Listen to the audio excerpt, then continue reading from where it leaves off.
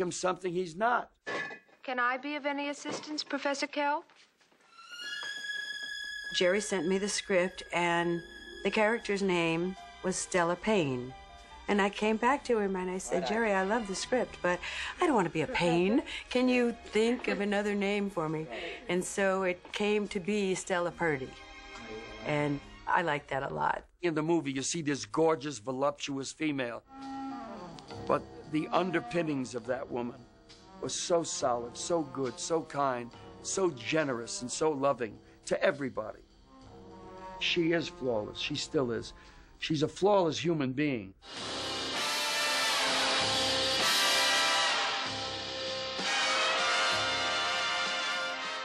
It's a very difficult role, more so than people probably realize. Stella Stevens has to sort of do this delicate balance between being noticeable and part of the action and also backing off just enough so that she doesn't get in the way of the action. And the only reason I've gone this far, I think, is because when you meet someone who's like nothing you've ever met before, your curiosity gets stirred up.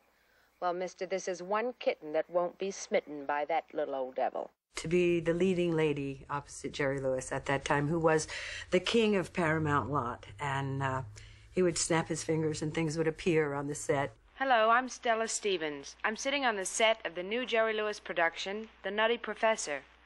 It stars Del Moore and Kathleen Freeman and Les Brown and his great band. Ow! Oh, he's in it, too. Wally Kelly, the cinematographer, did the most beautiful, glowing close-ups of me I think I've ever had in any movie. He worked at Paramount as a special effects photographer, and I moved him up to cinematographer. Wallace Kelly was the best cinematographer in Hollywood. Now watch, baby. Every move a picture. There are a lot of people who believe that Buddy Love is Jerry Lewis's attack on Dean Martin because Buddy Love is this semi-skilled crooner who is mean to everyone around him. You know, that's not Dean Martin at all. That wasn't Dean Martin at any time in his career as far as I know. And Jerry Lewis has gone on record as saying it has nothing to do with Dean Martin. This could never be Dean. I loved Dean more than I did the next breath I took. When people asked me what my love was, I said, we just look at my sons, open them up, and put my partner in the middle, and you'll know what love is. I should stay away, but what can I do? I hear your name, and I'm a flame with such a burning desire that only your kiss can put out the fire. If anything, Lewis is admitting that this is his own subconscious. Everybody's got a Jekyll and Hyde personality, and this was his Mr. Hyde. 74-3. The horrible thing that Dr. Jekyll turned into was a demon. They have very good taste. I'm glad. Would be ashamed to waste that genius of yours on the riffraff. This was actually a quite sharp and beautiful guy who was not very nice to people. If you're good and you know it, you might as well not beat around the bush, true? Well, I always say. I didn't say. I know you didn't I say. forgot. I know. Ma!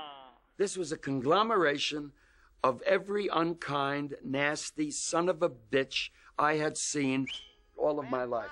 The man who says, waitress, where the hell is my coffee? The man that doesn't open the door for a lady. The man that takes the cab in the rain from this woman who had her hand on the handle. Hey, you don't sound exactly too thrilled to serve the leader. Hello, room service, I called an hour ago. Oh, it's on its way, drop dead, you and your family. Serve his royal lowest. Hey, you're cute. Like a black widow spider. Shut your mouth and just take the order, lady. Now, if you don't want this cocktail shaker to become a part of your gums, mix the drink, shut your mouth, and pay attention. Is that I've clear? seen this. I've watched it all of my life.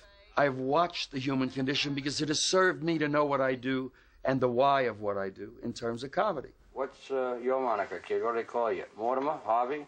Norman? Homer? Which is it? You may call me Dr. Warfield, young man.